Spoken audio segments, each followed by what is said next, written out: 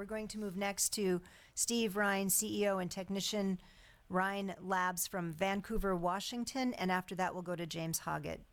Please put your name on record, Steve Rhine, and begin your testimony. Good morning, Madam Co-Chair and Committee. I am Stephen Rhine with Rhine Labs, a small electronics repair shop in Vancouver, Washington. I am testifying in support of HB 162 digital product repair.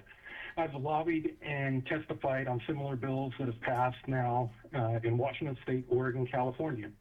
I have customers from Alaska, and they would benefit by this bill keeping the repairs local and or using their Alaska residency to obtain the repair documents and parts if they need to mail it out to a specialized repair shop like mine.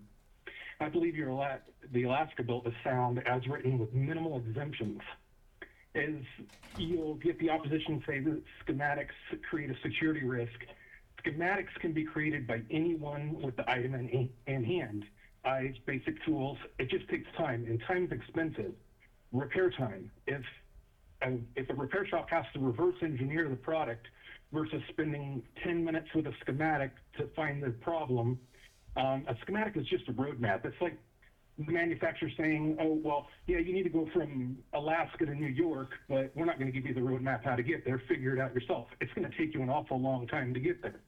And that's why we want schematics, so that we can reduce the time, reduce the repair costs, and it's going to help Alaskans out. And my experience with the current state law in Washington State's been positive, but a lot of manufacturers still refuse to comply, and they twist the exemptions and definitions to try to exempt themselves, knowing that the Attorney General will not enforce the law.